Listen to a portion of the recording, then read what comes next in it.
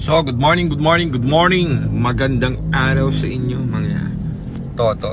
So ngayon, maaga ako ngayon kasi maraming pupunta sa shop ngayon. Maraming magpapa-PMS and marami tayong i-release na unit. So kailangan ko gumising ng maaga. So time check, 7 AM with Aljon Boy syempre. Ayun, oh. So ngayon, meron tayong, di ba sabi ko sa inyo, sold na yung Mazda 3 natin.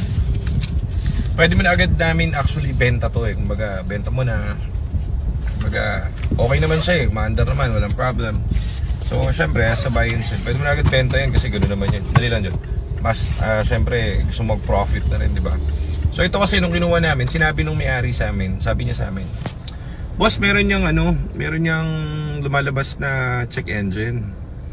Okay po, pero nung ginamit namin, siguro mga 5 days ago na. Actually, pinadala na rin namin to dun sa electronics namin kay Sir Chris. Shoutout kay Macdam. So, ginamit niya rin 3 araw, siguro takot to eh. Ayaw lumabas tong check engine. Pero, take note, sinabi nga sa amin nung nabili namin na meron siyang lumalabas na oxygen sensor. So, nung dumating sa shop to, nabili agad. Hindi namin pinarelease kasi gusto namin lumabas muna sa amin yung check engine kasi hindi tayo magre-release ng merong error. So, ayaw namin na ang magpapagawa nito is yung kliyente. Kumbaga, yung oxygen sensor naman is malayo sa bituka. Kumbaga, very minor problem yun. Kahit naman mag-check engine yun, eh, wala namang magiging issue yan. Magiging issue lang yan is medyo mas ma-consumption siya sa gasolina. So, okay. So, ito, Mazda 3 to. So, ngayon, thank you Lord, after 5 days, lumabas na rin yung check engine na sinasabi nung may-ari. So, yung iba, kumbaga, mabubuisit kasi may check engine. Eto, parang masaya pa kami kasi malalaman na natin ngayon yung code. Ngayon, pag in-scan natin to ng OBD, taga, papakita ko sa inyo. Shoutout mo na, John.